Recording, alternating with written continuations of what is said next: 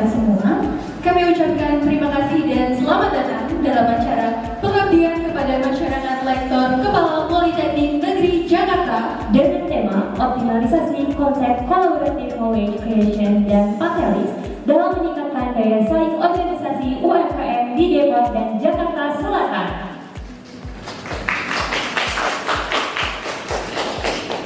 Baik, yang terhormat Lurah Sekjen Calon Jakarta.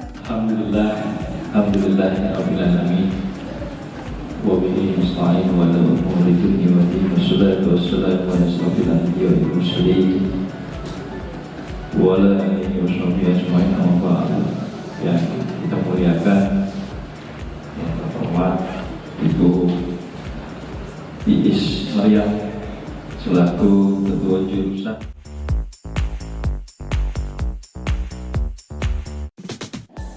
Kita bersama-sama untuk berkolaborasi bahwa UMKM ini kan menjadi daya dukung yang paling tinggi. Jadi tadi Bu Anita, Pak Yudi juga sudah sampaikan, saya tidak panjang lebar, tetapi intinya bahwa kami para dosen itu harus salah satu dari tugas pokok fungsi kami adalah melakukan pengabdian masyarakat. Jadi kami ini diikat dengan Tridharma perguruan tinggi. Kalau ngajar di kampus, pengabdian boleh di mana saja. Tahun lalu bahkan dibuka ada skimnya itu ke luar negeri Bapak Ibu ya.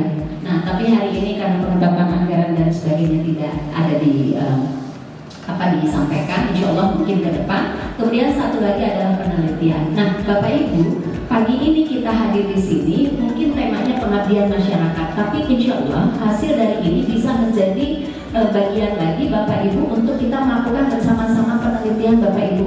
Jadi UMKM baik mungkin Bapak Ibu di Jakarta atau dari di Depok, produk-produk yang mungkin bisa kita bantu untuk tadi sinergi dari Pentahelik tadi. Nanti mungkin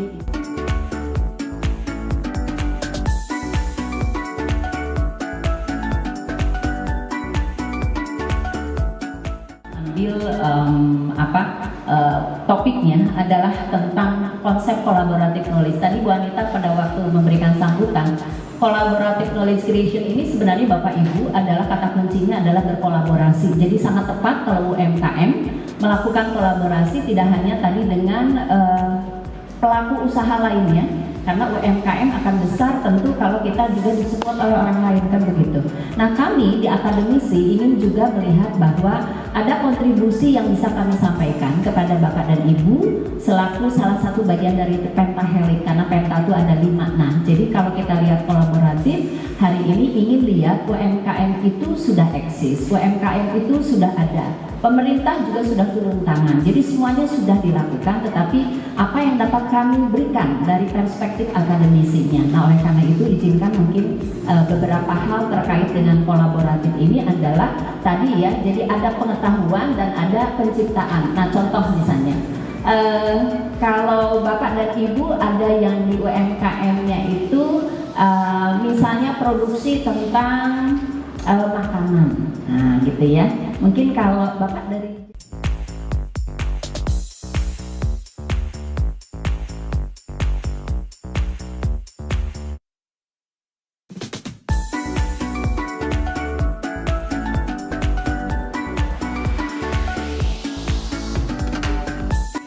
kemudian ada regulasi e-commerce-nya, kemudian ada perlindungan data pribadi, kemudian ada keamanan cybernya, ya. Nah, identifikasi peluang inovasi pada UMKM.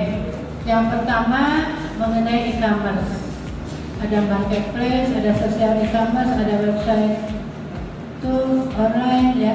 Nah, kebetulan kami termasuk Bu Iis dan teman-teman semuanya kita punya organisasi ya, yang namanya Si Dewi Nesya. Ini hasil dari penelitian kami. Si Dewi Nesya itu Sistem Informasi Desa Wisata Indonesia. Jadi kita mempromosikan desa wisata, termasuk di dalamnya juga kalau di kota kan kampung ya Bu ya, kampung wisata. Nah kampung wisata itu ada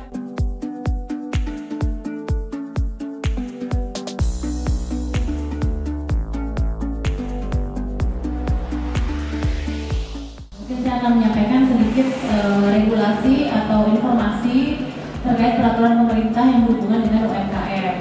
Kalau berdasarkan PP 7 tahun 2021, UMKM itu dibagi menjadi 3 kan, mikro, kecil, dan menengah. Kalau berdasarkan modal usaha, untuk usaha mikro itu adalah usaha yang modal usahanya di bawah 1 miliar. Lalu usaha kecil itu 1 sampai dengan 5 miliar, usaha menengah itu 5 sampai 10 miliar, di atas 10 miliar itu sudah tidak masuk ke UMKM lagi, tapi sudah masuk ke besar.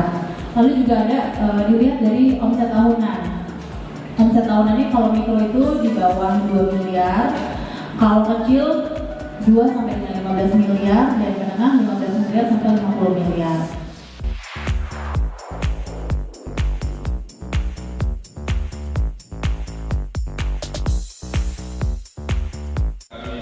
Teman-teman kami sebelumnya sudah mulai masuk kepada digitalisasi karena lebih melihat figur sosok. Maka ada penceramah yang sangat terkenal itu kemana-mana jualan sarung misalnya, ya kan? Ya karena fungsi perusahaan tahu betul bahwa ada pas strategi itu numpang lewat. Kalau tadi ada push yang langsung, ada pull ya yang menarik konsumen, ini ada pas numpang lewat lah. Makanya ibu riset ya, ML salah satu ustadz kondang. Ya siapa?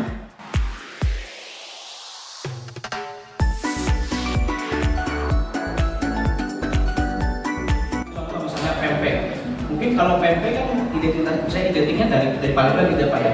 Mungkin kita bisa gabungkan sebuah produk, brandingnya adalah gambar pempeknya mungkin kita tambahkan dengan jembatan yang paling banyak itu kalau saya jembatan Ampera gitu. Jadi orang gampang mengingatnya bahwa oh iya ada sebuah produk dengan gambar ini, nama produknya ini misalnya seperti itu. Nah jadi kita memang harus membuat sesuatu yang istilahnya adalah unik Bapak Ibu. Jadi sekali orang melihat itu kita langsung teringat gitu. Seperti itu.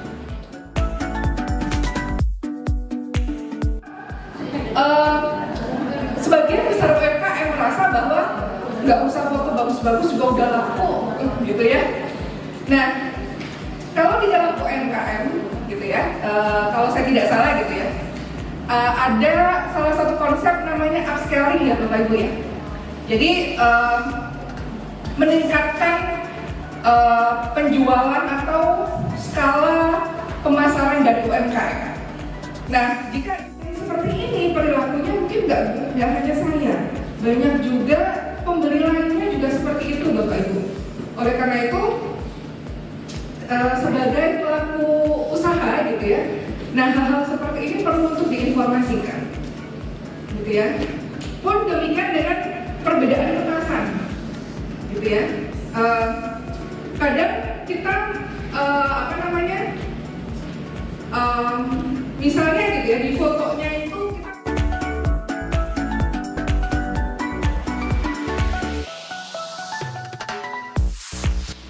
Terima kasih atas materinya. Saya hanya ada beberapa hal. Yang pertama untuk fasilitasi, kebetulan saya juga masuk ke dalam salah satu list untuk fasilitasi HAKI yang dari Kecamatan Jagakarsa. Memang membutuhkan waktu yang lama sih. Ini lagi nunggu. Saya juga soalnya udah pernah juga yang bayar sendiri, dan yang kedua kemarin dibantu oleh Kecamatan Jagakarsa.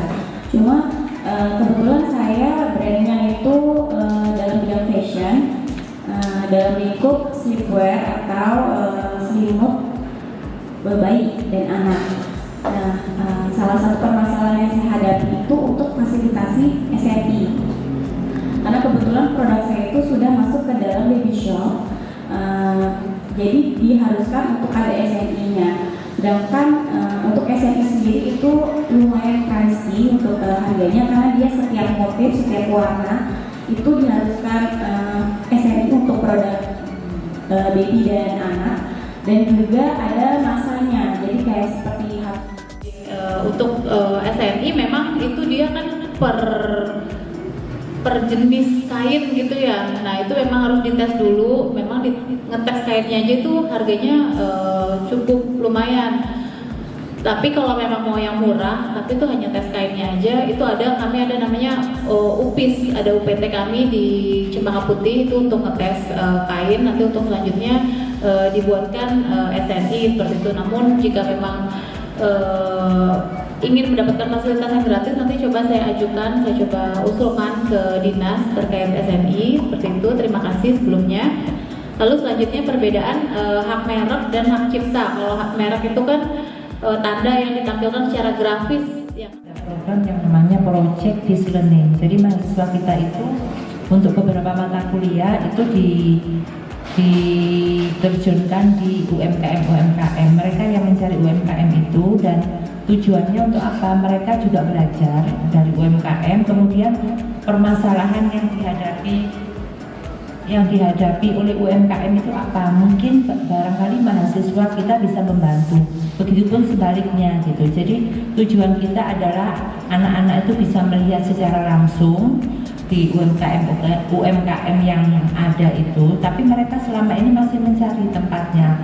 Jadi mungkin kalau ini di semester ganjil yang akan berjalan di bulan khusus ya Bu ya, itu nanti di semester 3 akan ada PBL, itu di semester 3. Nah itu nanti anak-anak kita akan mencari tempat untuk melakukan PBL. Poin yang saya dapat simpulkan, yang pertama bahwa untuk meningkatkan UMKM ke level berikutnya harus terjadi yang namanya kolaborasi, baik yang pentahelix yang tadi disebutkan. Terus yang kedua, UMKM juga penting memahami strategi komunikasi, karena itu menjadi fundamental, menjadi basic bagaimana mengkomunikasikan produk kita ke depannya.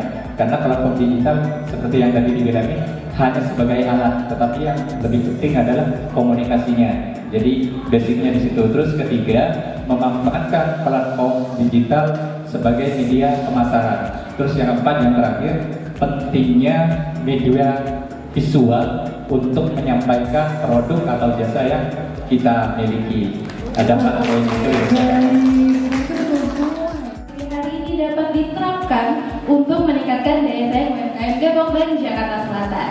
Kami berdua selaku MC pamit undur diri. Terima kasih dan maaf jika ada kesalahan kata. Sampai jumpa di acara berikutnya. Akhir kata, wassalamualaikum warahmatullahi wabarakatuh.